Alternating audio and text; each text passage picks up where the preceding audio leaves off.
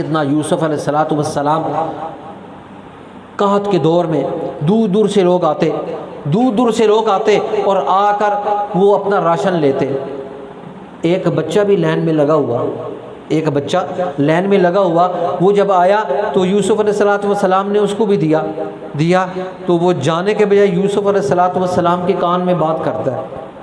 یوسف علیہ السلام کے جب کان میں بات کی، یوسف علیہ السلام نے اس کو پروٹوکول دیا، اس کو اور مال دیا اور عزت دی اور مرتبہ دیا، اور اس کو مال و متاع اتنا دیا کہ بچے کے چہرے سے حیا ہوتا ہے کہ بچہ خوشی کی انتہا پر چلا گیا۔ اللہ کی وحی آئی، جب نبی کوئی کام کرتے ہیں تو اللہ فوراً ان کی طرف متوجہ ہو جاتا ہے۔ پوچھا یوسف سب کو برابر دیا، اس بچے کو اتنا کیوں دے دیا؟ کہنے کہ باری تعالیٰ یہ وہ بچہ ہے جس نے نبی کی عزت، عفت اور عصمت کی گواہی دی تھی، اس نے